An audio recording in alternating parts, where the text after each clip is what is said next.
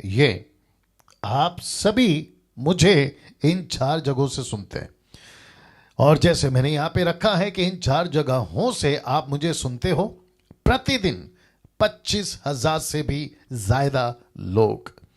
मैं रिपीट करता हूं, 25,000 से भी ज्यादा लोग।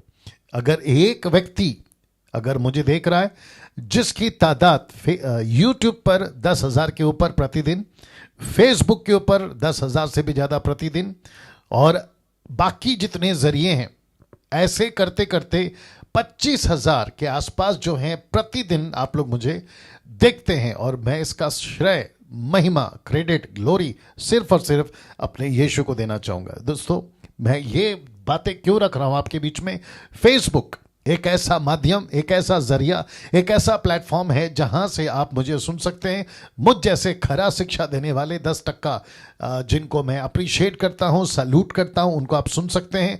और मैं समझता हूं कि हम ऐसे युग में हैं, कुछ 2 डेकेड से, 20 सालों से, कि ये सारी सुविधा हमको मिली है जो हमारे पहले प्रचारक थे उनको नहीं मिली। अब ये हमको मिली है और हम इसका पूरा पूरा फायदा उठाना चाहेंगे, और मैं उठा भी रहा हूं।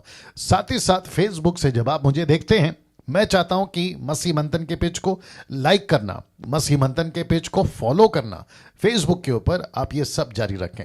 यूट्यूब के ऊपर आप कम से कम 1,38,000 1,38,000 आप सब्सक्राइबर्स मुझसे जुड़ चुके हैं। आपने मेरे चैनल को सब्सक्राइब किया है, और मैं ये अपनी रिस्पॉन्सिबिलिटी समझता हूं आप सभीयों को खरी शिक्षा के साथ आपको सिखाता चलो। तो यूट्यूब के जितने भी सब्सक्राइबर्स हैं, दूसरों को रिकमेंड करें। अगर अभी कोई देख रहा है फ्रेश पहली बार, मैं चाहता हूं कि आप इसको चैनल को सब्सक्राइब करें, डैनियल राज के चैनल को, क्योंकि डैनियल राज यूट्यूब से पैसे नहीं कमाता। साथ ही साथ आइकन बेल दबाना नहीं भूलना, ताकि जब मेरे मैसेजेस अपलोड होते हैं प्रतिदिन, उसकी नोटिफिकेशन आपको मिलती रहे। माई मिनिस्ट्री मैंने लिखा है, जो कि पूरे भारत में कई हिस्सों में, और बहुत सारे इंडिपेंडेंट मिनिस्ट्री जिनके साथ में लोग मुझसे जुड़े हैं, मैं उनसे जुड़ा हूं, और उन सभी को भी मैं इसमें गिनता हूं। वहां से भी लोग मुझे देखते हैं।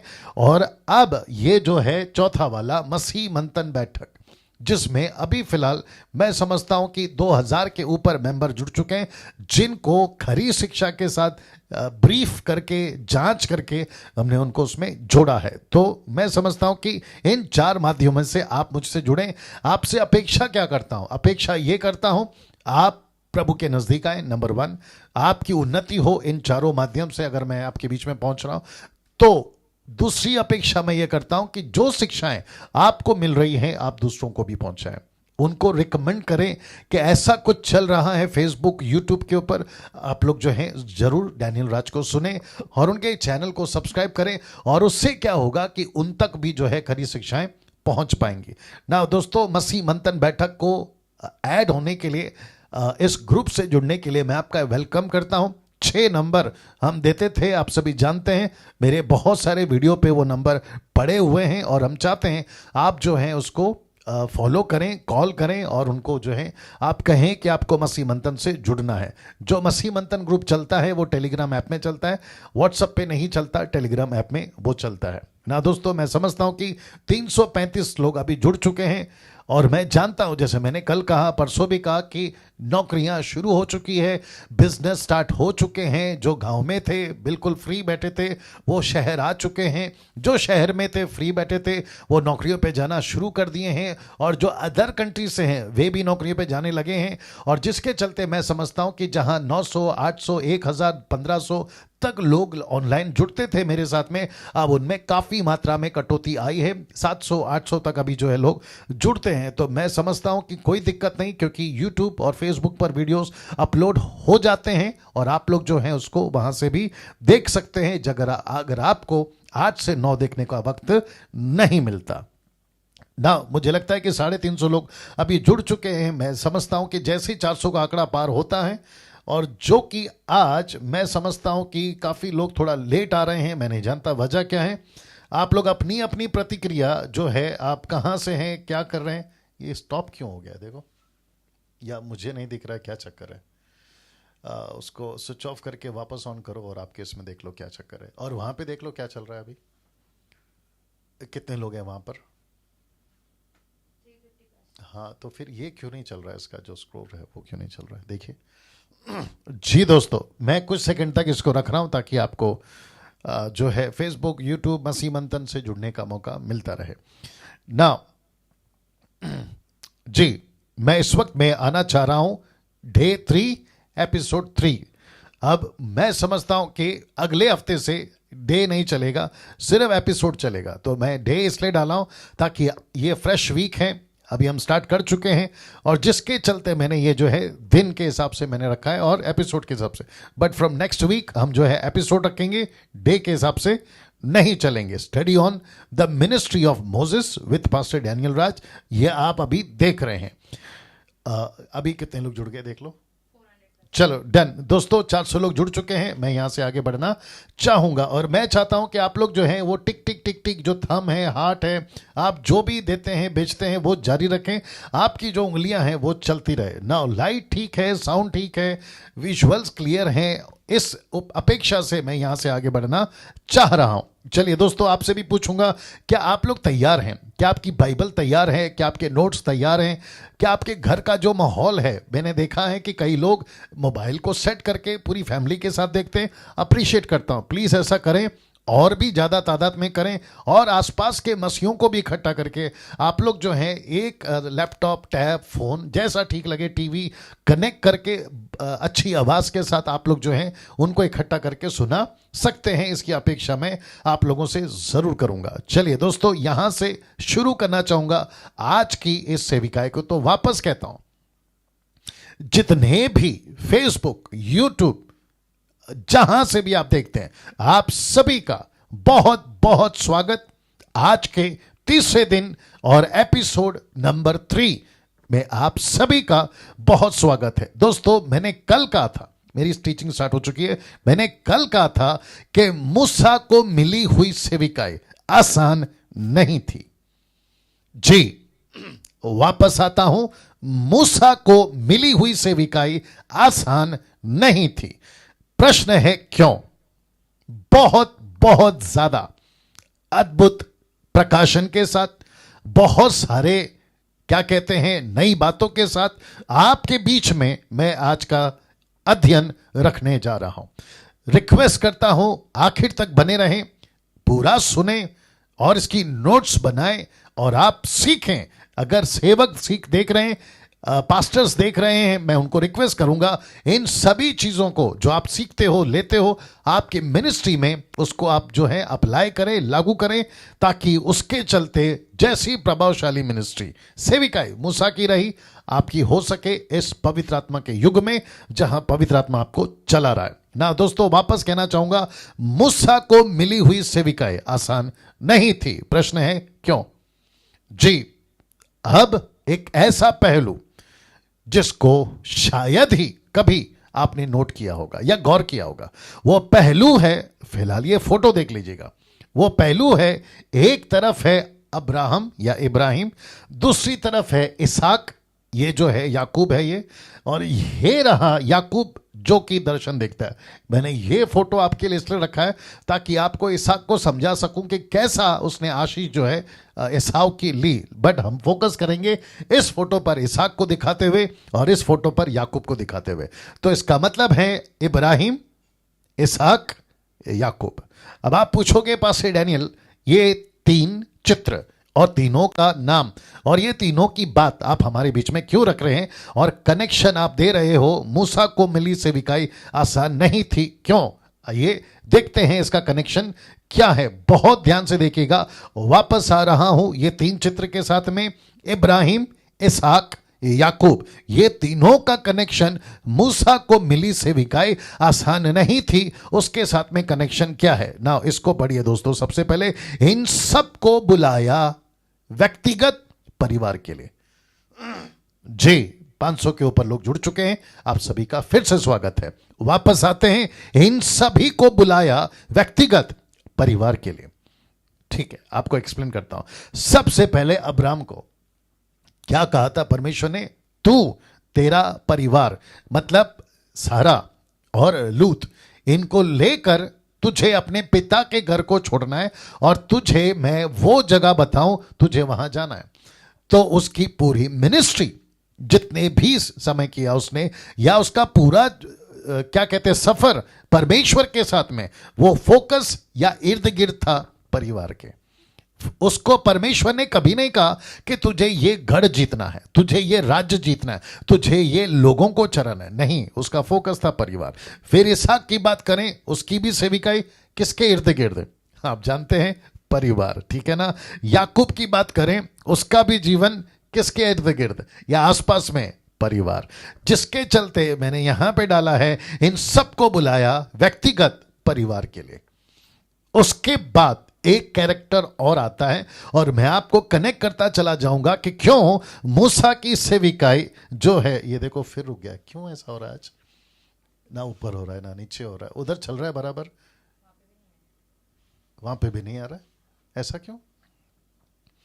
बट लोग जुड़ते जा रहे हैं, मतलब लाइव तो चल रहा है, और आपके इसमें चेक करो, इसमें वाले में या जो भी है देख लो। अच्छा, बीच में आ रहा है, ओके।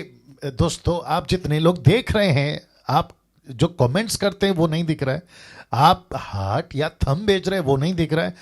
क्या वहां से गड़बड़ है, या मेरे फोन में गड़बड़ है, या आप लोग नहीं भेज रहे हैं, क्या वो चक्कर है? क्योंकि वो जो स्क्रॉल होता है ऊपर नीचे या मूवमेंट जो चलते रहता है वो नहीं दिखाई दे रहा है, उसके चलते मैं पूछ रहा हूं। तो अगर आपकी तरफ से नहीं हो रहा तो बात समझ में आती है, नहीं तो टेक्निकल इशू है तो हम उसको ठीक करेंगे। लेकिन मैं यहां से कंटिन्यू करूंगा ना। इन सबको बुलाया व्यक्तिगत परिवार के लिए। तो वापस आ जाता हूं, ये आप समझ गए कनेक्शन क्या है।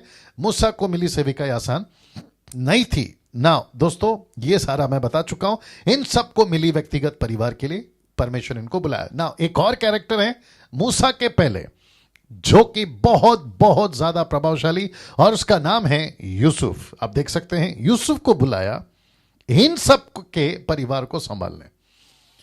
तो इसका मतलब है मूसा को मिली सेविकाएं आसान नहीं थी। क्यों? अब्राहम परिवार के लिए, इसहाक परिवार के लिए, याकूब परिवार के लिए। लेकिन यूसुफ को क्यों बुलाया?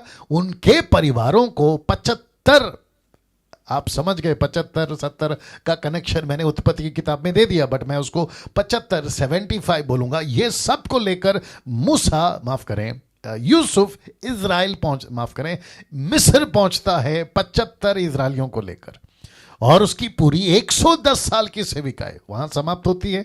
आप सभी को उत्पत्ति की किताब में मैं बता चुका हूं। तो इसका मतलब है कि इन सबको, यानी यूसुफ को और इन सबको, यानी ये तीनों को, इन सबको परमेश्वर, अभी चल रहा है,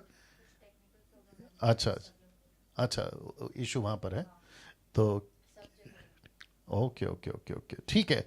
तो 590 लोग जो देख रहे हैं वो ठीक है, वो आंकड़ा ठीक है, तो वो टाइप करके बता दें जी ना। वापस आते हैं। मैं इतनी जिज्ञासा या तड़प क्यों रखता हूं कि कितने लोग जुड़े हैं, मूवमेंट हो रहा है या नहीं हो रहा है। मैं ये इसलिए करता हूं, मेरी आदत है, मैं चाहता हूं कि आपको मैं बिजी रखूं, आपको मुझसे कनेक्टेड रखूं, मेरी बातें जो प्रभु देता है उससे कनेक्टेड रखूं, ये मकसद है। अन्यथा हमें दूसरा कोई मौका या दूसरा कोई पर्पस नहीं है। चलिए दोस्तों, वापस आना चाहूंगा, आपको फिर से बता दो कि इन तीनों को सेविकाएं दी व्यक्तिगत परिवार के लिए। ये रहा, यूसुफ को परमेश्वर ने बुलाया इनके परिवार को संभालने। और आपको पता है कि यूसुफ के बचे भाइयों को, या जितने भी लोग थे, 75 लोगों को क्या कहा यूसुफ ने? मैंने बताया था आपको उत्पत्ति के आखिरी अध्याय में। मैंने कहा था कि यूसुफ कहता है कि तुमको और तुम्हारे बच्चों को मैं पालन पोषण करता रहूंगा। याद आ गया होगा आपको।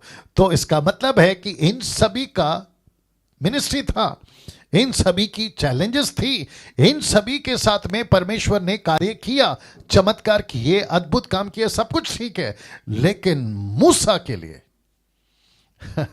मूसा के लिए टफ, अद्भुत, तगड़ा, बहुत बहुत ज्यादा मुश्किल वाला, और जिसके लिए मैंने लिखा है कि लेकिन मूसा के लिए सबसे पहले फिरौन, ये एक ऐसा व्यक्ति जिसको जाकर टक्कर देना है। और ये कौन है? मूसा यही व्यक्ति है जो इन्हीं के इलाकों में, गढ़ों में, शहरों में, गांव में, गलियों में, बस्तियों में 40 साल निकाल चुका है। इनकी एक एक चीज से मूसा वाकिफ था।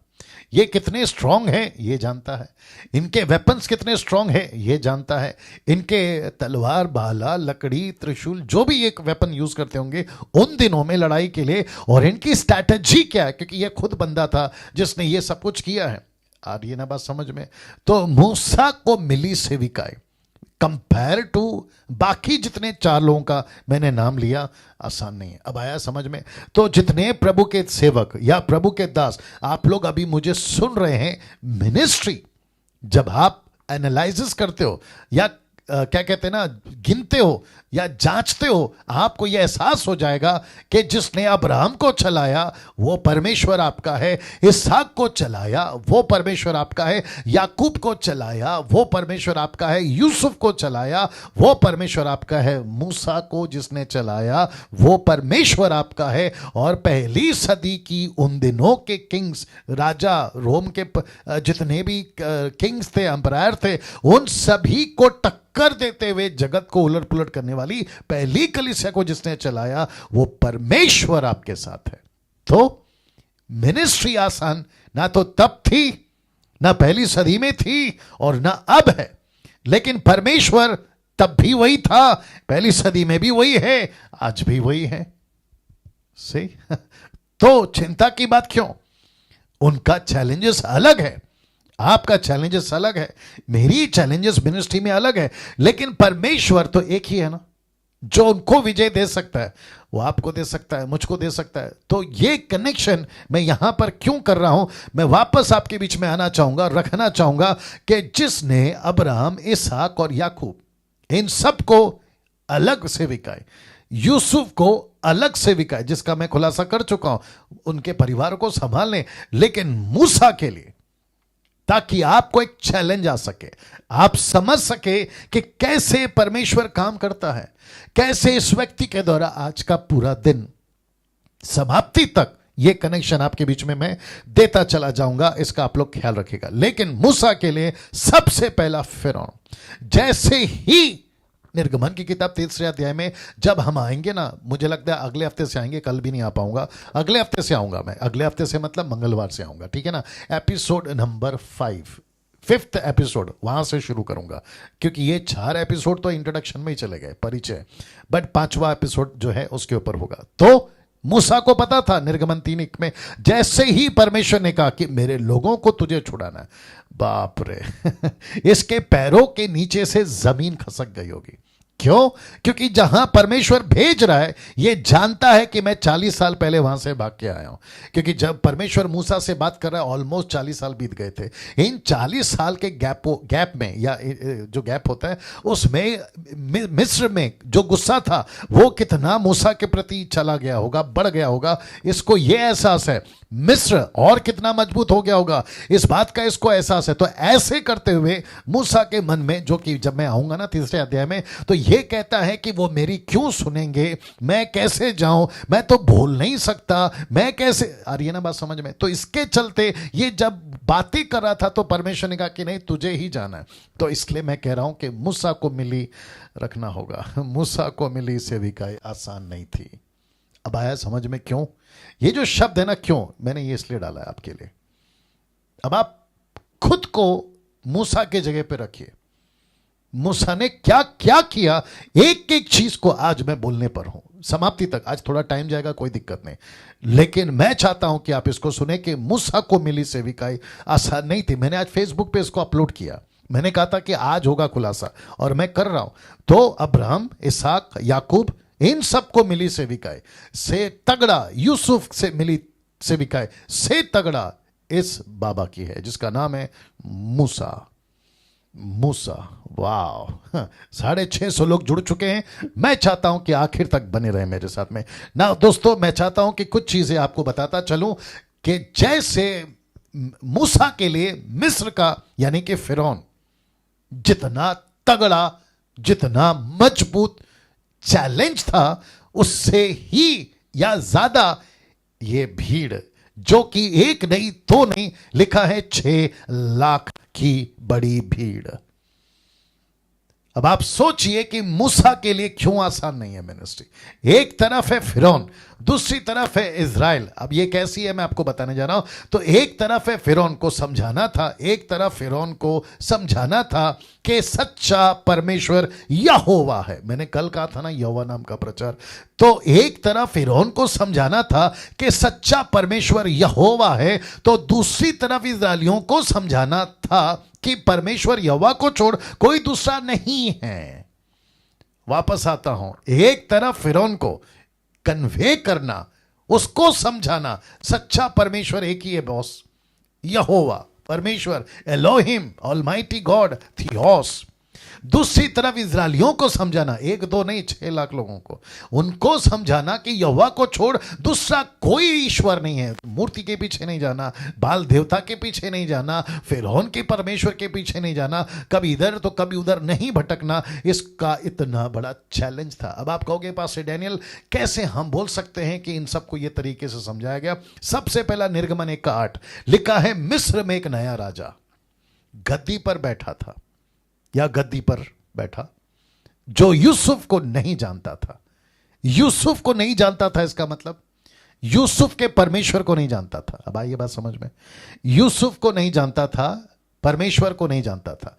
अगर यूसुफ को जानता होता तो परमेश्वर को जानता होता। और मुझे ऐसा लगता है, मेरा अगर याददाश्त ठीक है, मैंने फर्स्ट डे या सेकंड डे, फर्स्ट एपिसोड या सेकंड एपिसोड में मैंने कहा था कि यूसुफ को भूल गई इज़राइल, गलती है, माफ करें, यूसुफ को भूल गए इज़राइल, मिस्र के लोग, गलती है इज़राइलियों की। यूसुफ के परमेश्वर को भूल गए मिस्री, गलती है इज़राइलियों की। क्यों? क्योंकि देखिए, एक होता है ना पीढ़ी, एक पीढ़ी दूसरे पीढ़ी के लिए प्लेटफॉर्म तैयार करती है। मसीह मंथन वही कर रहा है, डैनियल राज वही कर रहा है। इस युग में मुझे यीशु मिल गया, इस युग में बैटरी निकाल सकती हो, इस युग में मुझे यीशु मिल गया। अगले युग में, इसके बाद की पीढ़ी में उनके लोगों को मसीह मिलना चाहिए। उसकी तैयारी कौन करेगा? हम हवा में बातें नहीं कर रहे, हम यूं ही काम नहीं कर रहे हैं। मुझे दोस्तों कुछ सेकंड दीजिए, मैं इसकी बैटरी चेंज कर रहा हूं, तब तक आप मेरे साथ बने रहें।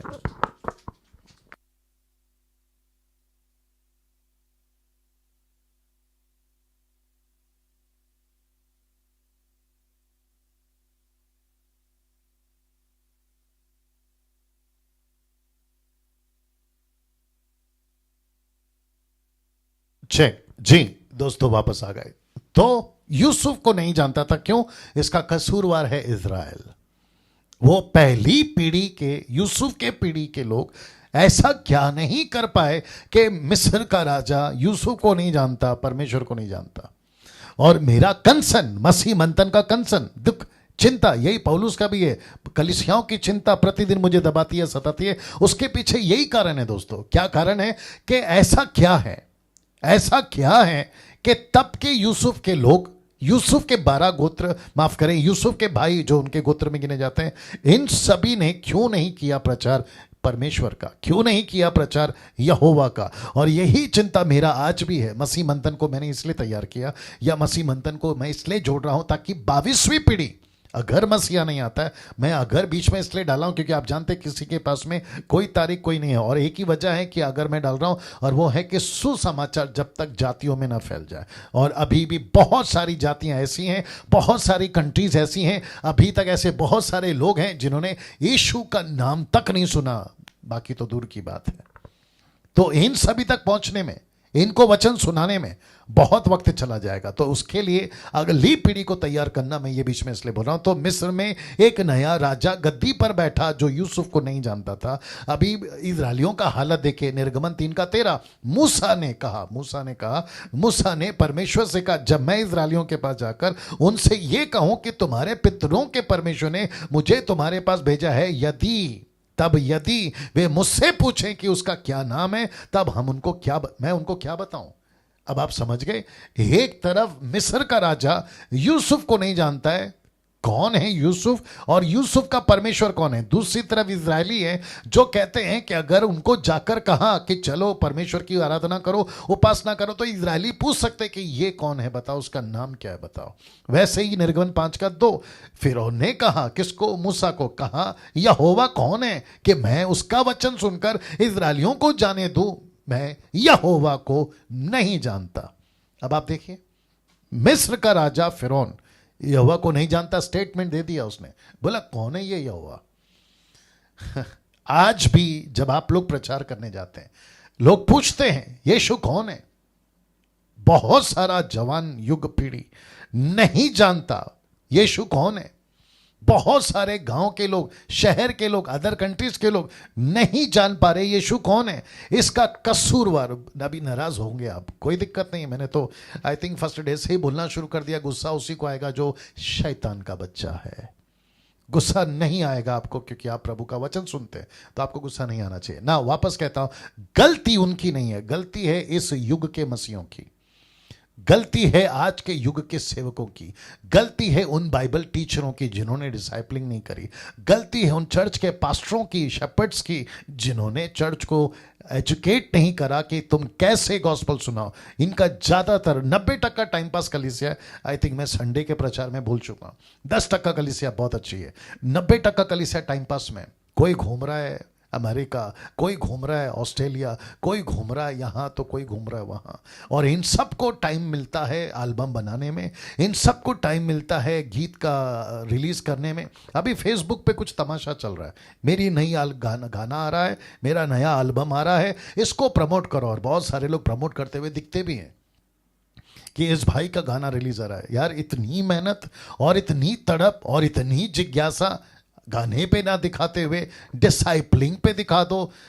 खुशी कब होगी पता है? इस गांव में उस पलाने व्यक्ति ने परमेश्वर के लिए कलीसिया स्थापना करी या कलीसिया स्थापना करने जा रहा है, ऐसा कोई क्या कहते हैं ना, अनाउंसमेंट करो, ऐसी कोई वीडियो बनाओ तो जरा देखने को भी अच्छा लगता है।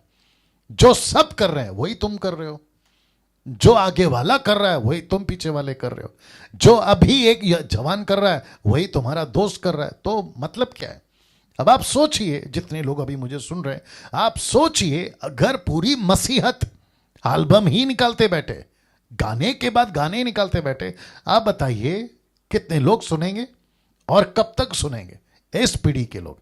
और जैसे इस पीढ़ी के बुढ़े मर जाएंगे, जवान बुढ़े होके मर जाएंगे, तो अगली पीढ़ी को कौन सुनेगा? अगली पीढ़ी को क्या सुनाओगे? क्योंकि अगली पीढ़ी तो मसीहत रहेगी नहीं। क्यों? क्योंकि आपने तैयार किया ही नहीं ना। जरा सोच के देखिए कहां जा रही है मसीहत की सोच। और यही वजह है कि डैनियल राज को आप लोग पसंद नहीं करते। कुछ लोग वो कहते हैं कि नहीं यार क्या बोल गया, मैं वही बोल गया जो यीशु बोलना चाहता है, बस फर्क इतना है कि यीशु आज नहीं है, मैं बर्तन हूं, वो अपनी शब्द डालता है। और जिसके चलते हम सभी को यह समझना बहुत जरूरी है कि हम अगली पीढ़ी को कितना तैयार करते हैं। और यह कहता है कि यहोवा कौन है मैं नहीं जानता, मैं नहीं जानता, सी दिस लाइन, मैं नहीं जानता। और जिसके चलते आज भी यही परिस्थिति। अब इसको देखो, निर्गमन 6:7, मैं ध्यान रखूंगा वक्त का भी, लिखा है और मैं तुम्हारा परमेश्वर ठहरूंगा और तुम जान लोगे कि मैं तुम्हारा परमेश्वर यहोवा हूं जो तुम्हें मिस्रियों के बोझ के नीचे से निकाल ले आया। ऐसा क्यों कह रहा है परमेश्वर? तुम जान लोगे, तुम जान जाओगे, तुम्हें समझ में आ जाएगा। तो इसका उल्टा क्या है? वो नहीं जानते। तो इसका मतलब है इसका सबसे बड़ा चैलेंज है दो लोग, एक है मिस्र का राजा और दूसरी तरफ एक ऐसी भीड़ जिसकी गिनती 6 लाख है। तो मूसा को मिली सेविकाएं दोस्तों आसान नहीं है। कैसा लग रहा है आपको? आप जरा सोच के देखिए, आप समझ पाओगे कि कितनी कठिन सेविकाएं मूसा को मिली। और कहीं ना कहीं आज के 10% मसीहों को, आज के 10% सेवकों को, और मैं खुद को भी ऐसी परिस्थिति में पा रहा हूं। टफ है, टक्कर की सेवा है। एक तरफ फिरौन मतलब संसार, दूसरी तरफ ऐसे लोग कलीसिया, एक ऐसी भीड़, तरह तरह की डिनोमिनेशन। किसी ने अपना यीशु अलग बनाया। अभी दिसंबर चल रहा है जिसकी चर्चा सैटरडे को करेंगे।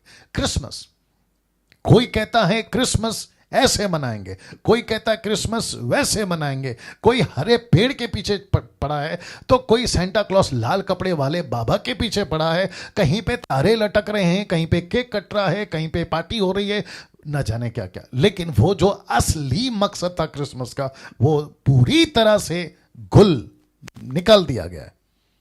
अब आप सोचिए, बिल्कुल सेम पैरेलल वही सिचुएशन मूसा के पास, उसके टाइम पे फिरौन, हमारे टाइम पे संसार, उसके टाइम पे इज़राइल, हमारे टाइम पे डिनोमिनेशंस। और ऐसी डिनोमिनेशन जो सुनने को तैयार नहीं, सबके पास में अपनी अपनी बाइबल है, बाइबल एक ही है, इंटरप्रेट तो भयंकर है, वचन एक ही है, इंटरप्रेट अलग है। इंटरप्रेट मतलब अनुवाद, तगड़ा तगड़ा अनुवाद है। कोई कहता है यहोवा को मानेंगे, कोई कहता है पुत्र को मानेंगे, कोई कहता है आत्मा को मानेंगे, कोई कहता है माता यरूशलेम। ये कहां से आ गया? फिर बिजली चमकना, फिर जवा विटनेस, और इल्यूमिनाटीज का तो गजब है साहब, लूसीफर।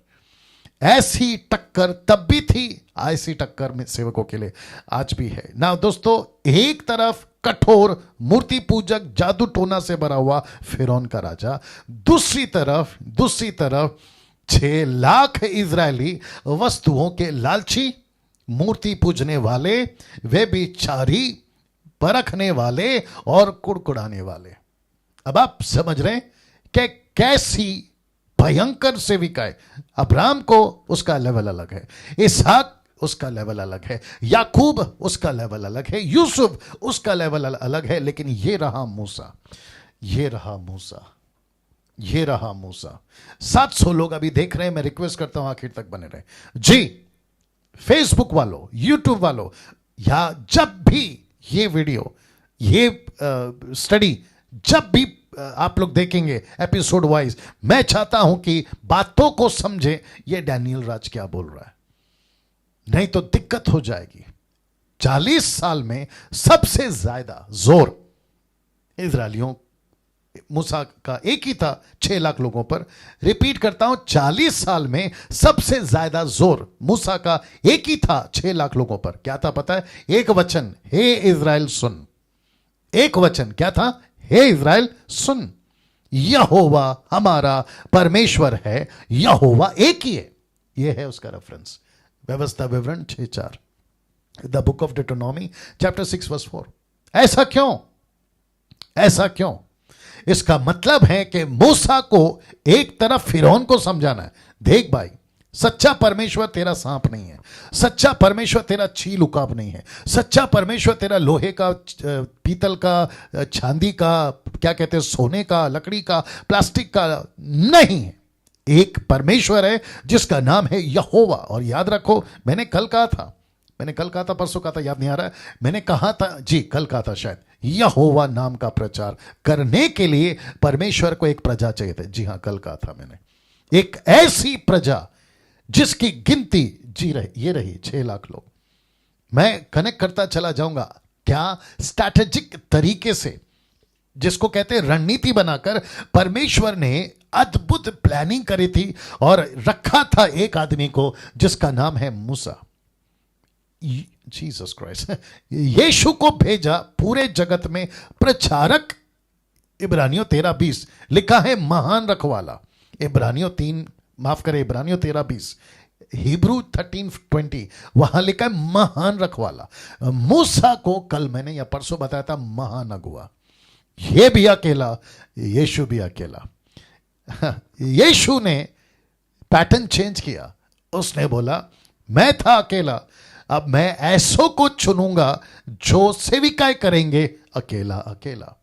ये बात अलग है कि वो पतरस था, वो यूहन्ना था, वो पौलुस था, वो सिलास था, तो कभी पौलुस सिलास, तो कभी पौलुस बरनबास, तो कभी पौलुस तिमोथी, तो कभी पौलुस टाइटस, ऐसे थे। लेकिन लीडर यीशु ने कहा इसको उठाओ तैयार करो, इसको उठाओ तैयार करो, इसको उठाओ तैयार करो। मसीह मंथन और जीएमटी के लोगों, फेसबुक और यूट्यूब के लोगों, जितने मुझे सुनते हैं 25,000 से भी ज्यादा लोग, आप सभी को कहना चाहता हूं, आपको भी या आप पर भी उसकी नजर है। इसको उठाओ, आगे बढ़ाओ, इसको ले चलो, आगे बढ़ाओ। ऐसा फोकस, मैं नाम नहीं ले सकता, नहीं बता पाऊंगा, लेकिन मैं चाहता हूं कि आप सभी को यह समझ में आ जाए कि उस वक्त में मूसा था, फिर यीशु था, पतरस था, पौलुस था, स्टीफन था, जॉन था, डैनियल है। आप जितने लोग अभी देख रहे हैं, आप पर भी उस परमेश्वर की नजर है और परमेश्वर कुछ इस तरीके से आपके सामने रखेगा और कहेगा कि मैं चैलेंज देता हूं, डैनियल चैलेंज देता हूं,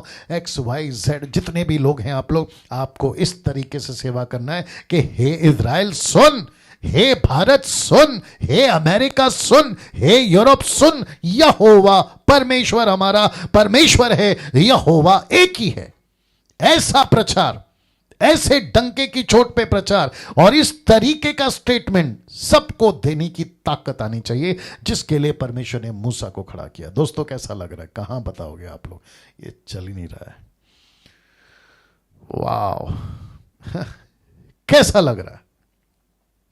आपको पता है, जैसे ही मूसा बाबा ने, मैं तो कनेक्ट करूंगा जब आएंगे हम तीसरे अध्याय में, जैसे ही मूसा बाबा ने, मूसा बाबा समझ गए आप लोग मैं क्या क्यों बोल रहा हूं, जैसे ही मूसा ने कहा प्रभु ठीक है भेज तो रहे हो लेकिन कैसे, तब परमेश्वर ने कहा तेरे हाथ में क्या? उसने बोला लाठी। परमेश्वर ने कहा बेटा बस देखो, अभी करूं तब करूं, चलो हल्का सा बता देता हूं मैं। ये क्या कहते हैं, ये रेवलेशन, ये प्रकाशन तीसरे अध्याय पे के लिए रखा था, बट थोड़ा सा दे देता हूं। लकड़ी का कमाल नहीं है, लकड़ी का कमाल नहीं है, हाथ का कमाल है। वाह, वापस आना होगा। लकड़ी का कमाल नहीं है, हाथ का कमाल है। मैं आपको साबित करता हूं। आप लोग पूछोगे, क्योंकि कुछ बुद्धिजीवी लोग बैठे रहते हैं ना आंखें गाड़े हुए, तो उनको क्लियर कर देता हूं। एलीशा की लकड़ी गहेजी को दी, एलीशा की लकड़ी गहेजी को दी कि जाके उसकी बेटे के नाक पे रख देना, क्योंकि एक का बेटा मर गया था। उसके हाथ से चमत्कार नहीं हुआ, लकड़ी वही थी, याद रखना। लेकिन जैसे ही लकड़ी एलीशा ने ली अपने हाथ में, चमत्कार हो गया। तो वापस कहता हूं, चमत्कार लकड़ी का नहीं है, चमत्कार है हाथ का। अब प्रश्न उठता है कि हाथ विशेष होना चाहिए? जी हाँ, होना चाहिए। हाथ की विशेषता क्या है? तीसरे अध्याय में बताऊंगा, मजा आएगा आपको। वापस आता हूं।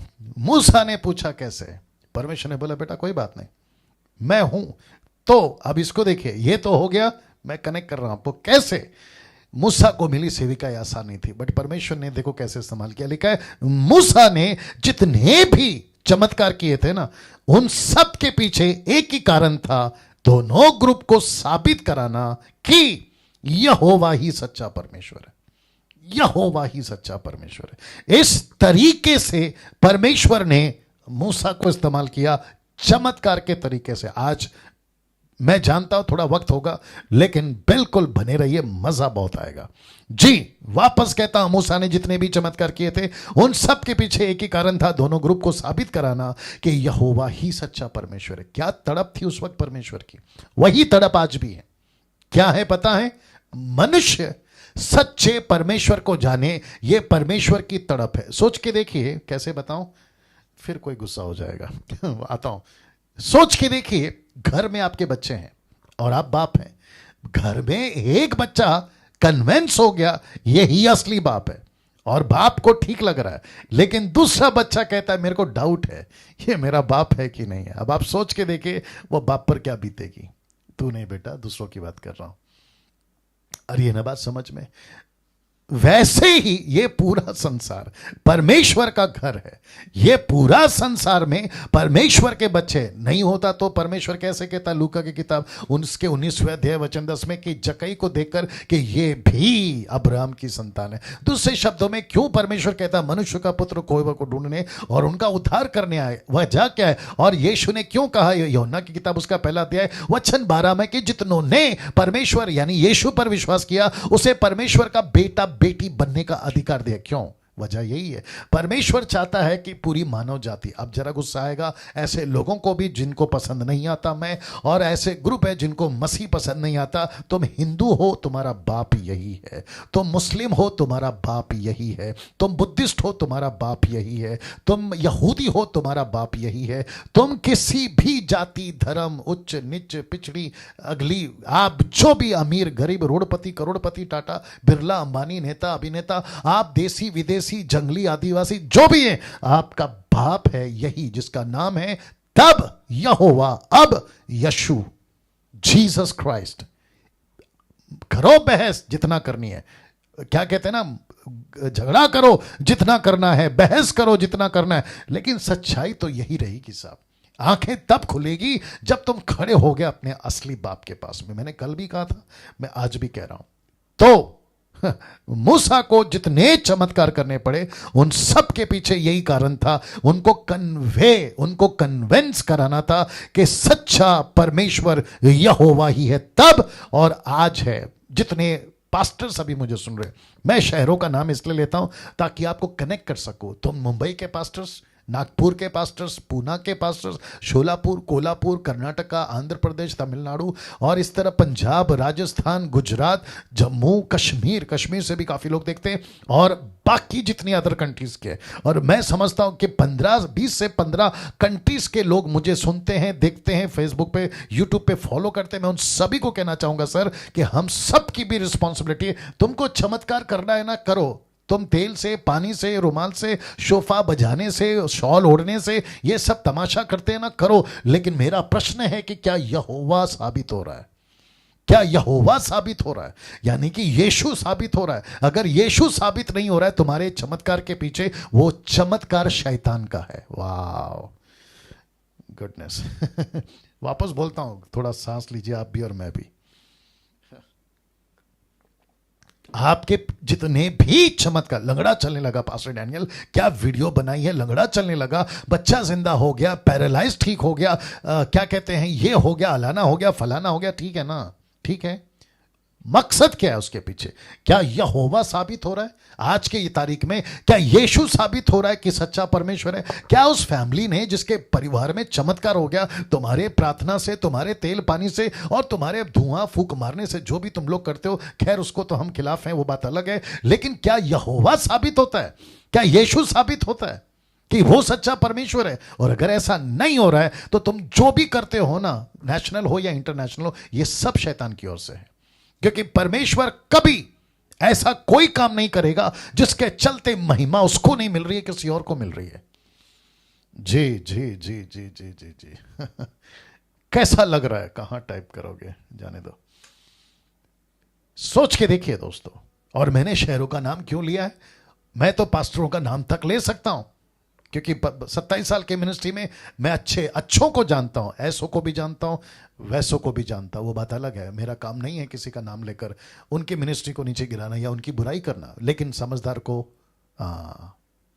मेरा प्रश्न है दोस्तों, क्या आपकी मिनिस्ट्री से परमेश्वर, सच्चा परमेश्वर साबित हो रहा है? और अगर नहीं हो रहा है, गई भैंस पानी में। मैं रिपीट करना चाहूंगा, ऐसा एक भी मिनिस्ट्री जहां परमेश्वर सच्चा साबित नहीं हो रहा है, वो फेल है, फेक है, वो फेल है, फेक है, डेमोनिक है, सैटनिक है। वो चाहे कितना भी अद्भुत काम कर जाए, नहीं होगा वो। जैसे पौलुस ने कहा ना, निकालो जल्दी से द 1 कोरिन्थियंस चैप्टर 13 वर्स 1 देना। पहला कोरिन्थियंस, मैं आपको एक प्रूफ दे रहा हूं, आपको एक झलक दे रहा हूं जी। 750 लोग जुड़ गए, बिल्कुल मेरे साथ बने रहे जी जी जी। पहला कोरिन्थियंस 13 का, नीता जी आप डाल दीजिएगा।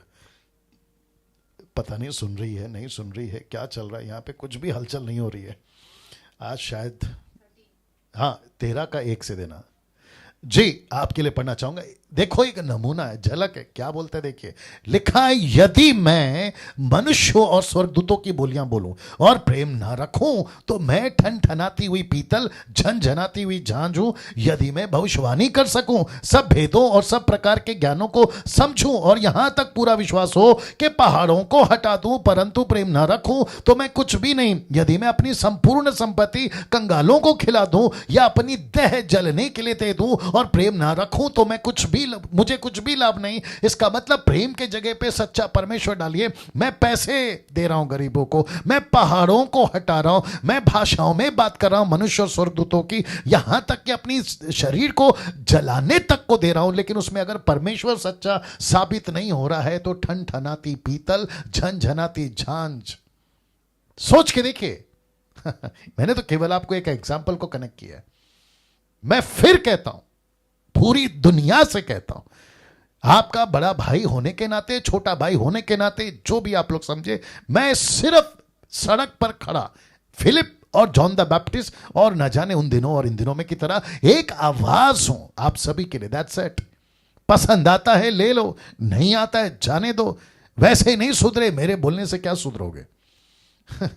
बस न्याय के दिन खुद को संभालने के लिए और खुद को साबित करने के लिए कि प्रभु मैं गलत या सही था, उसके सामने खड़े होने की ताकत रख लेना।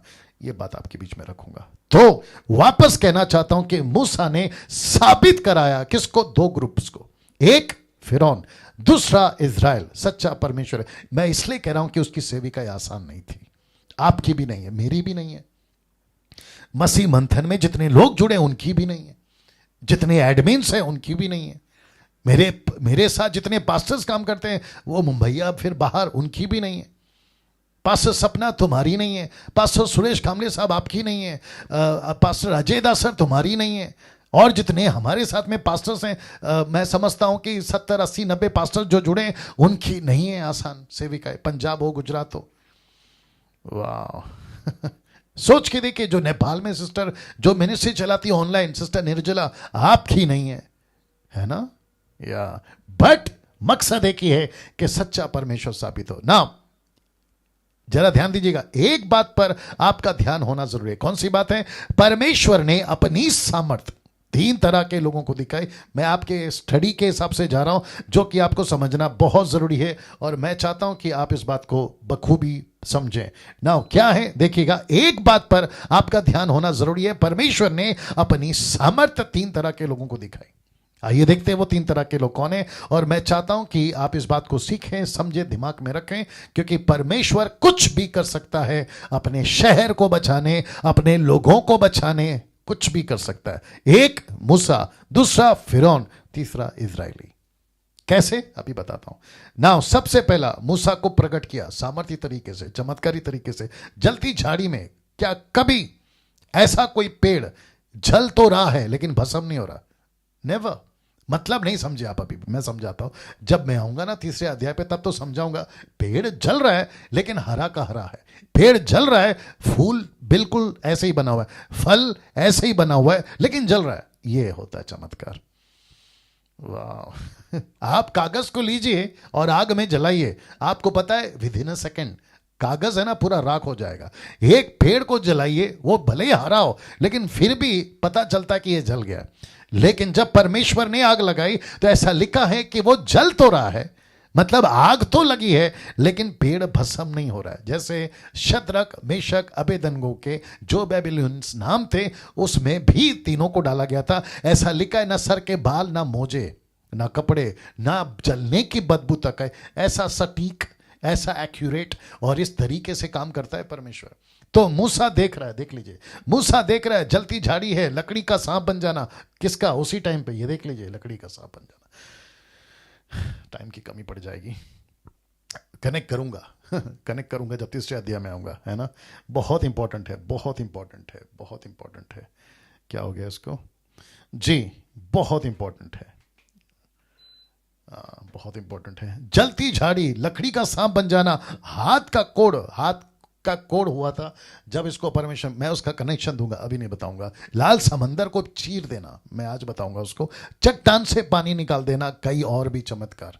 इसको कन्विंस किया, किसको? मूसा को।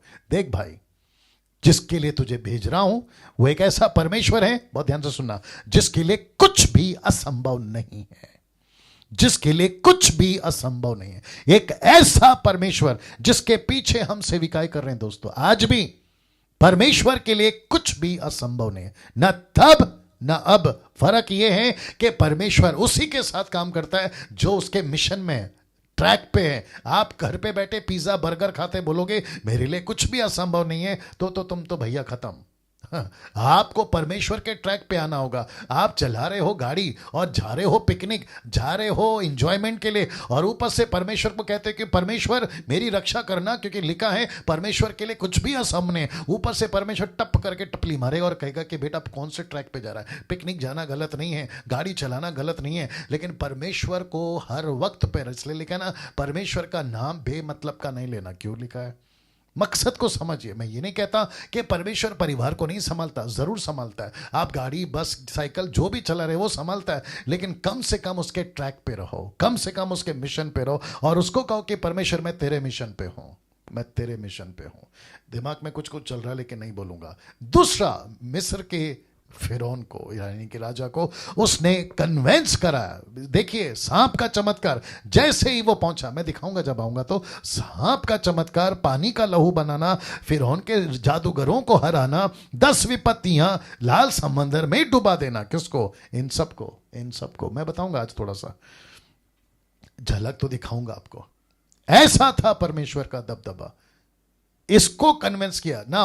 इसको कन्विंस क्यों किया पास्टर डैनियल? ताकि इसका मन परिवर्तन हो जाए? बिल्कुल नहीं, क्योंकि परमेश्वर उसको जानता था इसको कितना भी चमत्कार दिखाऊंगा फिर भी ये टस से मस नहीं होगा। इसको पता, परमेश्वर को पता था। लेकिन क्यों दिखाया? ताकि इसको पता हो कि बेटा जिस जादूगर को सहारे से तू सांप बनाता है ना, वो तो कुछ भी नहीं है। जिस जादूगर से तू मेंढक लाएगा ना, वो कुछ भी नहीं है। जिसको तू मानता है ना, तेरे सांप और तेरे चील कौवों को, वो तो कुछ भी नहीं है। ऐसे इसको कन्वेंस, और जिस दिन ये कन्वेंस हो गया ना, तब जाकर इसने बोला 430 साल की गुलामी वाले 6 लाख लोगों को जाने दो, जाने दो।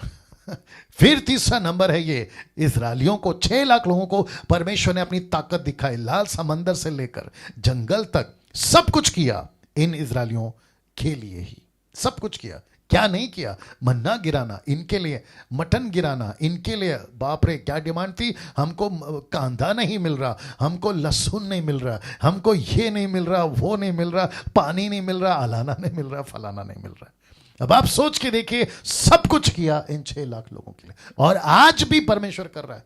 आप आते हो, मैंने कब कहा था, शायद याद नहीं आ रहा है, मैंने कहा था कि लालची हो गए। I think second day before yesterday, लालची हो गए हम भी प्रभु के पास आते, मेरा नौकरी हो जाए, मेरा घर हो जाए, मेरा वीजा, मेरा बिजनेस, मेरा लाना, मेरा फलाना।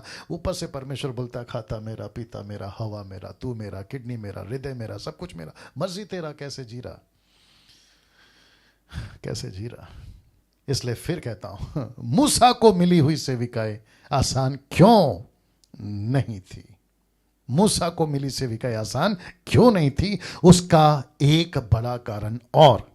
जी दोस्तों, मैं वक्त का ख्याल रखूंगा। 765 लोग देख रहे हैं, रिक्वेस्ट करता हूं आखिर तक बने रहे। यूट्यूब में जो अभी देख रहे हैं, अभी जुड़े, मैं उनको भी कहना चाहता हूं, चैनल को सब्सक्राइब करिए, आइकन बेल दबाइए। क्योंकि डैनियल राज इसलिए नहीं कह रहा क्योंकि उसको पैसे कमाने में पैसे नहीं कमाता, और सबसे बड़ा सबूत है कि मेरे किसी भी वीडियो पे आपको एडवर्टाइजमेंट या विज्ञापन नहीं मिलेगा।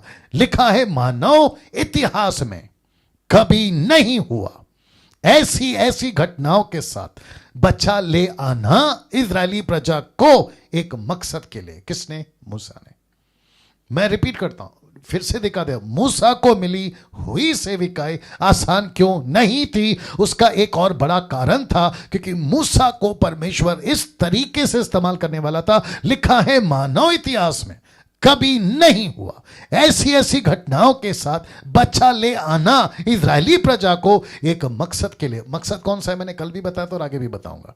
अब दोस्तों, मैं समझता हूं कि एक ऐसी घटना, एक ऐसा एक के बाद एक, है ना, परमेश्वर की थप्पड़, थप्पड़ समझते ना, सटाक सटाक, परमेश्वर का थप्पड़ किसके मुंह पे? फिरौन के।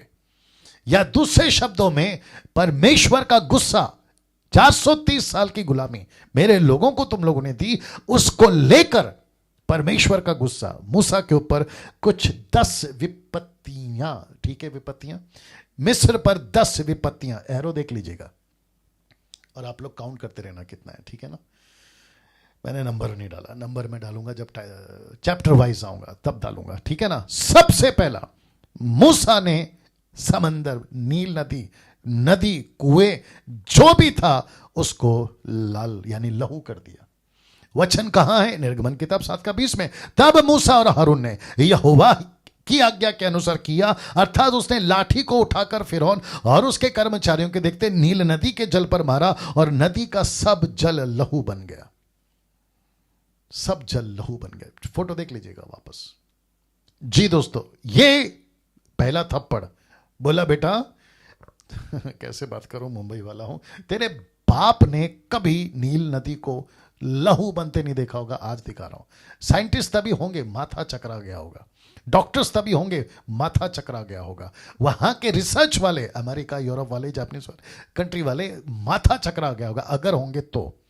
वहां के जादूगर चकरा गए, बोले यार ये हो क्या रहा है, कैसे पानी लहू बन सकता है, वो भी इतनी तादाद में। आप देख लीजिए इतनी तादाद में।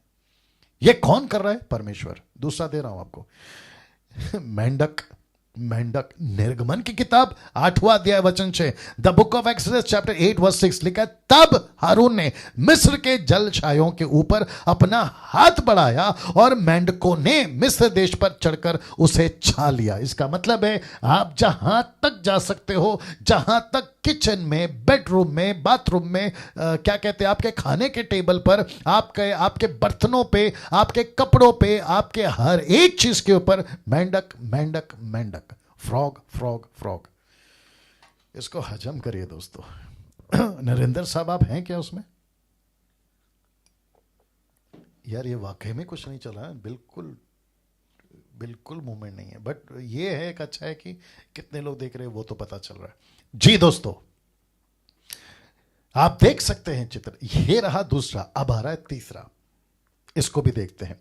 ये फोटो देख लीजिएगा, और ये धूल जो उड़ रहा है ना, धूल में मुझे जितना मिला आपके बीच में आपको समझा सकूं इसलिए लिया। निर्गमन की किताब उसका 8 का 16 लिखा है, फिर यहोवा ने मूसा से कहा, हारून को आज्ञा दे कि तू अपनी लाठी बढ़ाकर भूमि की धूल पर मार, मतलब डस्ट, धूल पर मार। क्या होगा देखिए, जिससे वह मिस्र देश पर कुटकियां बन जाए। कुटकियां क्या होती है? ऐसा कुछ, या तो आप जू बोल सकते हैं उसको, एक प्रकार का छोटा छोटा कीड़ा। आपके बालों में डैंड्रफ भी बोल सकते हैं उसको। इंग्लिश में क्या नाम था बेटा? जो भी है, लाइस, लाइस लाइस, हाँ लाइस, या ऐसा कुछ। मैं क्यों कोशिश कर रहा हूं आपको समझाने के लिए, जब आएंगे तो उसमें और भी बताएंगे, बट ऐसा कुछ था। ये सब कुछ परमेश्वर ने, इट्स ओके इट्स ओके, ये सब कुछ परमेश्वर। ये रहा तीसरा, आ रहा है चौथा। जी दोस्तों, चौथा देखिएगा। अब इसको कहते हैं, निर्गमन की किताब 8 का 24 में लिखा है, एक्सोडस 8:24 में, यहोवा ने वैसा ही किया फिरौन के भवन, उसके कर्मचारियों के घरों में माफ करें, और सारे मिस्र देश में डांसों के झुंड भर गए, और डांसों के मारे हुए देश नाश हुए। इसका मतलब है मक्खी, फिर ये अलग, फिर वो अलग, जिसको कहते हैं मधुमक्खी, फिर ऐसा एक झुंड। आप देख रहे हैं ना झुंड, हाँ, तरह तरह के फ्लाई, तरह तरह के फ्लाइज, तरह तरह के मक्खियां, मधुमक्खियां, और ऐसे कीड़े पूरे के पूरे मिस्र में चले आ गए। ये था चौथा। अब आ रहा है पांचवा, काउंट करते जाना, ठीक है ना। निर्गमन किताब उसका 9 का 6, एक्सोडस 9:6 लिखा है, दूसरे दिन यहोवा ने ऐसा ही किया, मिस्र देश के तो सब पशु मर गए, परंतु इज़राइल का एक भी पशु ना मरा। उनके जानवर, ऊंट, गधे, हाथी, खच्चर, भेड़, बकरी, कुत्ता, बिल्ली, सबके सब मर गए, सबके सब मर गए, लेकिन इज़राइल का एक भी पशु नहीं मरा। See that now. ये रहा छठवा, जो कि निर्गमन 9 का 10, एक्सोडस 9:10 लिखा है, सो वे भट्टी में की राख लेकर फिरौन के सामने खड़े हुए, मूसा ने उसे आकाश की ओर उड़ा दिया, और वह मनुष्य और पशुओं दोनों पर फोफले और फोड़े बन गए। बॉयल्स, फोफड़े, फेफड़े, नॉट फेफड़े, फोड़े, जी फोड़े, बॉयल्स। आप देख सकते हैं फोटो, लिखा है इंसान तो इंसान, जानवर को भी बॉयल्स होने लगे। ओके, उसके बाद में आता है सातवां है निर्गमन की किताब उसका 9 का 23, एक्सोडस 9:23 लिखा है, तब मूसा ने अपनी लाठी को आकाश की ओर उठाया, और यहोवा मेघ गरजने और ओले बरसाने लगा, और आग पृथ्वी तक आती रही। इस प्रकार यहोवा ने मिस्र देश में ओले बरसाए। ये है ओले, और दूसरी तरफ है आग। ऐसा आता रहा एक के बाद एक। अब आप सोचिए, मैं तो आगे कनेक्ट करूंगा और भी। अब आप सोचिए, जब ये सब कुछ हो रहा है, वहां के जादूगरों ने अपनी कोशिश करी, लेकिन आपको पता है जादूगर एक हद तक कर सके, बाद में फेल हो गए। बोला ये परमेश्वर अलग ही है। आज भी कहता हूं, यीशु अलग है, यीशु का कार्य अलग है। जैसे चमत्कार तब यहोवा के नाम से हुए, जैसे चमत्कार तब यीशु के नाम से हुए, आज भी होते हैं, इसमें कोई डाउट नहीं है। आज भी होते हैं। मुर्दे जिंदा होंगे यीशु के नाम से, दुष्ट आत्माएं निकली जाएंगी यीशु के नाम से, जादू टोना के बंधन टूटेंगे यीशु के नाम से, श्राप टूटेंगे यीशु के नाम से, गरीबी जाएगी यीशु के नाम से। लेकिन उन सब के पीछे मकसद एक है कि सच्चा परमेश्वर साबित हो। इसलिए तो बाल देवता के सामने खड़े होकर एलिया ने क्या कहा, अगर तुम्हारा परमेश्वर सच्चा है आग गिरा के बता, अगर मेरा परमेश्वर सच्चा है मैं बरसाऊंगा आग। दूध का दूध, पानी का पानी करके दिखाया। ऐसे चाहिए आज के प्रचारक मुंबई में, ऐसे चाहिए आज के प्रचारक नागपुर में, पूना में, गुजरात में, पंजाब में, राजस्थान में, आंध्रा में, कर्नाटक में, मद्रास में, अमेरिका में, यूरोप में, जापानीज कंट्री में, सब जगह चाहिए। ऐसे लोग चाहिए मसीह मंथन में, ऐसे लोग चाहिए मेरी मिनिस्ट्री जीएमटी में, जो दूध का दूध और पानी का पानी कर सके। ये तमाशा नहीं चाहिए। डिबेट में नहीं बैठते हम, वाद विवाद में नहीं पड़ते, या तो इस तरफ या तो उस तरफ, करते रहो डिबेट। कुछ लोगों को कीड़ा है डिबेट का, निकलता कुछ नहीं है, क्योंकि तुम ठान के आते हो मैं नहीं सुधरूंगा, पड़ोसी अपोजिट वाला ठान के आता है मैं भी नहीं सुधरूंगा, तो करते रहो डिबेट, कुछ नहीं होगा। तुम्हारी जिंदगी खत्म हो जाएगी और फिर उसके बाद में तुम्हारा 6 फीट का जो भी शरीर है ना वो मट्टी में जाएगा। उसके बाद आठवां राइट, निर्गमन की किताब उसका 10 का 12 आपके बीच में रख रहा हूं। लिखा है तब यहोवा ने मूसा से कहा, ये क्या है, लोकस्ट, हिंदी शब्द क्या दिखा देते हैं। लिखा है तब यहोवा ने मूसा से कहा कि मिस्र देश के ऊपर अपना हाथ बढ़ा, टिड्डियां मिस्र देश पर चढ़ के भूमि का जितना अन्न आदि ओलों से बचा है सबको चट कर जाए। मतलब एक तरफ मेंढक, उसके पहले आग, फिर उसके बाद में जानवर मर रहे, फिर शरीर में ओले हो रहे, शरीर में फोड़े हो रहे, माफ करें बॉयल्स हो रहे, फिर ऊपर से आग, फिर ऊपर से बर्फ, फिर अभी ये बच्चे कुचे जो थे उसको ये टिड्डियां खा रही हैं। सोच के देखिए, एक के बाद एक थप्पड़, सट सट सट सट, एक के बाद एक थप्पड़। क्या साबित हो रहा है यहां पे, मेरे लोगों को जाने दे, परमेश्वर बोलता है। मूसा तक, हारून तक सब चकरा गए होंगे, बोलेंगे यार क्या बात है, परमेश्वर हो तो ऐसा, सेविकाई हो तो ऐसी, है ना। आ रही है ना बात समझ में। इस तरीके से अगर परमेश्वर काम कर रहा है, मूसा को लेकर क्या मजा आया होगा मूसा को, बोला बात तो सही, अभी आएगा एक और झटका देने वाला है परमेश्वर तगड़ा। मैं आ जाता हूं सीधा 9वें पॉइंट पे, मतलब 9वां थप्पड़ पे। निर्गमन की किताब 10 का 22 लिखा है, एक्सोडस 10:22 लिखा है तब मूसा ने अपना हाथ आकाश की ओर बढ़ाया और सारे मिस्र देश में 3 दिन तक घोर अंधकार छाया रहा, 3 दिन तक। अब क्योंकि ये फोटो मुझे जो मिला आपको कन्वे कर सकूं, समझा सकूं कि ऐसा कुछ नजारा, लेकिन जब आप वचन पढ़ते हो ऐसा लिखा है घोर अंधकार, डार्कनेस, शायद यही कुछ होगा, घोर अंधकार। आप अपना हाथ नहीं देख सकते, पड़ोस में कौन खड़ा है उसको नहीं देख सकते, भयंकर अंधकार। वो भी कितना दिन, 3 दिन। सूरज नहीं निकला, चांद नहीं निकला, एक भी तारा टिमटिम नहीं किया। तो इसका मतलब है सूरज परमेश्वर के कंट्रोल में है, चांद परमेश्वर के कंट्रोल में है, तारे परमेश्वर के कंट्रोल में है, पूरी की पूरी गैलेक्सी, पृथ्वी, अर्थ परमेश्वर के कंट्रोल में। परमेश्वर ने बोला खबरदार अगर पृथ्वी गोल घूमी 3 दिन तक। क्या बात है, 3 दिन का मतलब समझते हैं, 72 आवर्स, 72 आवर्स, क्या बात है, 72 आवर्स, 72 आवर्स, 72 घंटे तक पृथ्वी अपनी जगह से नहीं ली। ऐसा क्यों? क्योंकि एक परमेश्वर साबित करना चाहता था एक ऐसे मूर्ख आदमी को जिसका नाम है फिरौन, मिस्र का राजा। साबित किया। ये रहा आखिरी 10वां, जो कि बहुत भयंकर हुआ उसके साथ में। आप फोटो देख लीजिएगा कि मिस्र का पहलोटा, पहला बच्चा, मतलब राजा का पहला बच्चा, मिस्र के लोगों का पहला बच्चा, सेनापति का पहला बच्चा, रोड पे काम करने वाला, घर पे काम करने वाला, मतलब मिस्र का जितने भी आधार कार्ड के हिसाब से जितने भी मिस्री वहां पे थे, उनका पहला बच्चा मर गया, उनका पहला बच्चा मर गया, उसका पहलोटा बच्चा मर गया, बकरी का पहला बच्चा, घोड़े का पहला बच्चा, और क्या है वहां पे, इंसान का पहला बच्चा मर गया। और वचन कहता है निर्गमन 12:29, एक्सोडस 12:29, ऐसा हुआ कि आधी रात को यहोवा ने मिस्र देश में सिंहासन पर विराजने वाले फिरौन से लेकर गड्ढे में पड़े हुए बंधुए तक सबके पैलोटों को, वरन पशुओं तक के सब पैलोटों को मार डाला। सबको मार डाला। फोटो देख लीजिए आप, फोटो देख लीजिए आप। ऐसा कुछ नजारा, ऐसा कुछ भयंकर मिस्र में हाहाकार। और आपको पता है जब ये हो रहा था, जब ये सब कुछ हो रहा था ना, मिस्र का एक भी बच्चा नहीं मरा। माफ करें, इजराइल का एक भी बच्चा नहीं मरा, मिस्र का सब बच्चा मरा। शब्द को ध्यान दीजिएगा, इजराइल का एक भी बच्चा नहीं मरा। अब आप सोचिए इतनी बारीकी से परमेश्वर अपना काम करता है। और ऐसा क्यों? अब उसका कनेक्शन दे रहा हूं कि परमेश्वर ने बच्चों को क्यों मारा। मैं बता रहा हूं आपको बच्चों को क्यों मारा। निर्गमन की किताब उसका 4:22, और इसका कनेक्शन मैं दूंगा जब मैं आऊंगा 4थे अध्याय पे। निर्गमन किताब उसका 4:22 और 23। आइए देखते क्या लिखा। और तू फिरौन से कहना, किससे? फिरौन से, कि यहोवा यूं कहता है। क्या कहता है?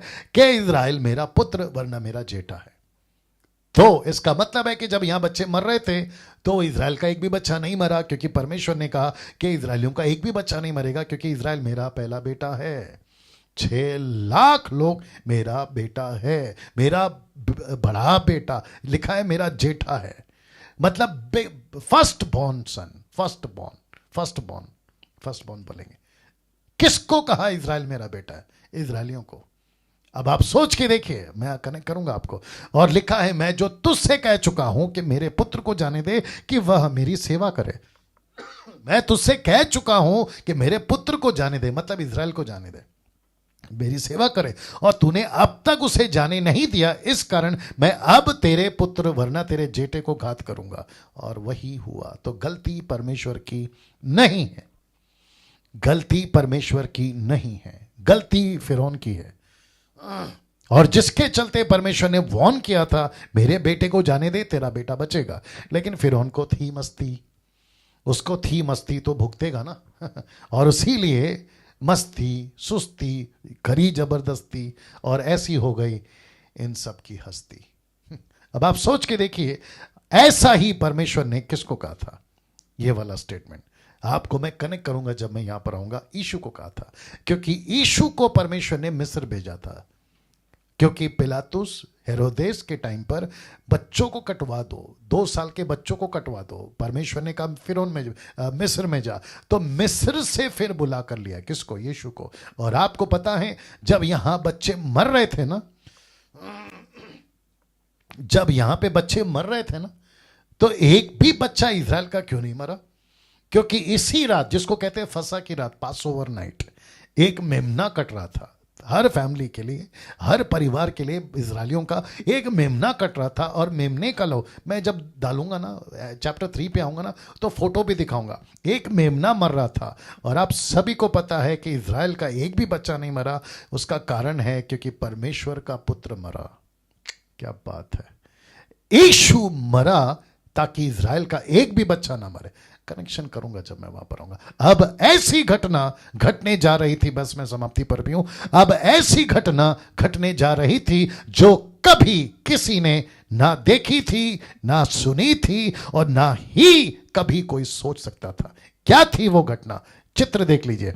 एक तरफ इजरायली 6 लाख लोग, समंदर जिसको कहते हैं रेड सी, लाल समंदर, ऐसे पार होकर निकल गए या जा रहे हैं उस तरफ। और इस तरफ पहुंचकर उन्होंने क्या किया? आप ये छोटा छोटा फोटो देख लीजिए। जैसे ही इजरायली निकल गए उस रात, इनको पता चला, किसको? इजराइल, मिस्रियों को, फिरौन को। और परमेश्वर ने उसका मन कठोर किया था, क्योंकि परमेश्वर नहीं चाह रहा था कि ये मन फिराएं, उद्धार पाएं, क्योंकि परमेश्वर जानता था कि ये कठोरी हैं। और जिसके चलते परमेश्वर ने टोटल खत्म करना, ताकि एक दबदबा इजरायलियों के लिए और पूरी कौम के लिए, फिलिस्तीन के लिए, कैनानाइट्स के लिए, और यहोशू तक के जितने जिनसे वो झगड़ा कर रहा था या युद्ध था, उन सबको पता चले कि इजरायलियों से पंगा लेना भारी पड़ सकता है, क्योंकि मिस्र की पूरी सेना को डुबा चुके ये लोग। वो दबदबा बनाने के लिए आप देख सकते हैं कि एक तरफ नदी पार हो रही है, दूसरी तरफ नदी पार कर चुके हैं। और ये रहा जब मूसा ने कहा कि फिर से समंदर का पानी नॉर्मल हो जाए, तो पूरी की पूरी सेना, किसकी? फिरौन की, उसमें डूबकर मर गई। वाह उसमें डूबकर मर गई। आपको पता है यीशु का एक बहुत अच्छा कार्य है या पहलू है, एक साइड है, वो जब तक शांत है या जब तक चुप है बच जाओ। इसलिए पौलुस कहता है अनुग्रह को तुच्छ मत जानो। अभी उद्धार का दिन है तो उद्धार पालो, लेकिन जिस दिन वो एक्शन में आएगा ऐसा कोई नजारा होगा आपका, या तो इस तरफ या तो उस तरफ। वो जब तक शांत है, वो जब तक मौका दे रहा है, बच जाओ, जितनी जल्दी हो सकता है बच जाओ। मुझे नहीं पता अभी कौन कौन मुझे देख रहा है, मैं कल बात करूंगा यहां से सिमिलैरिटी यानी कि समानता मूसा और इजरायलियों में, मैं यहां से कल बात करूंगा। तो मुझे नहीं पता अभी कौन कौन सुन रहा है, हिंदू है, मुस्लिम है, बुद्धिस्ट है, यहूदी है, मुझे नहीं पता, पारसी है, आदिवासी है, मुझे नहीं मालूम, लेकिन बच जाओ। यीशु को अपनाओ, मुस्लिम हो यीशु को अपनाओ, यीशु को अपना जीवन दो, उसको कहो कि प्रभु मैं कबूल करता हूं, क्रूस के ऊपर जो आपने जान दी ना वो मेरे पापों के लिए थी। मैं आपको सच बताऊं आपका उद्धार हो जाएगा। दोस्तों कल देखेंगे सिमिलैरिटी मूसा और इज़राइल का मूसा के साथ कनेक्शन और बहुत सारा, और उसके बाद 5वां एपिसोड जो कि आएगा अगले हफ्ते से मंगलवार को।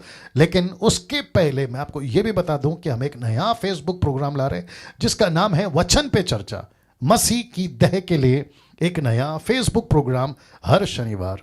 और मकसद है कि जैसे वहां के लोग पवित्र शास्त्र के एक एक वचन को ढूंढते थे, क्या ये यही है, क्या ये यूं ही है, क्या ये सही है, ऐसे कर कर वचन पे चर्चा, वो चाहे कोई भी वचन हो, उसके ऊपर एक पैनल बैठेगा, आपको लाइव फेसबुक पे दिखाएंगे, जूम के माध्यम से आपके पास आएंगे, कम से कम 7-8 पास्टर साथ में बैठेंगे, मैं रहूंगा, और ऐसे करके हम वचन पे चर्चा करेंगे दोस्तों हर शनिवार रात 8 से 9 बजे तक। मैंने नहीं डाला बट आपको मैं बता देता हूं, ठीक है। बट कल मैं चाहता हूं कि कल एक अद्भुत पहलू इस व्यक्ति का जिसका नाम है मूसा और एक व्यक्ति जिसका नाम है इज़राइल, सिमिलैरिटी, समानता, क्या क्या है, गजब का कनेक्शन आपको कल दूंगा। और फिर चैप्टर वाइज जाएंगे 4 किताबों से मूसा की जीवन में क्या क्या सेविका की घटना घटी, वो होगा अगले हफ्ते से। तो चलिए दोस्तों अपना ख्याल रखिए, और मैं यकीन जानता हूं कि परमेश्वर ने आज आपको बहुत बहुत ब्लेस करा है। इसको खूब शेयर करिएगा, दूसरों को बांटिएगा, फेसबुक पे हैं मेरे पेज को, मसीह मंथन के पेज को लाइक करिए, यूट्यूब पे देख रहे हैं सब्सक्राइब करिए, आइकन बेल दबाइए, और जितनी तादाद में हो सके खरी शिक्षा का प्रोपेगेंडा या विज्ञापन या फिर दूसरों को बताना, शेयर करना, उनको कहना कि डैनियल राज को सुनो, खरी शिक्षा के कन्विंस करना कि भाई सुनो, मैं उसके लिए आपका अप्रिशिएट करूंगा। चलिए दोस्तों कल ठीक 8 बजे मुलाकात होगी, अपना ख्याल रखिएगा, जय मसीह।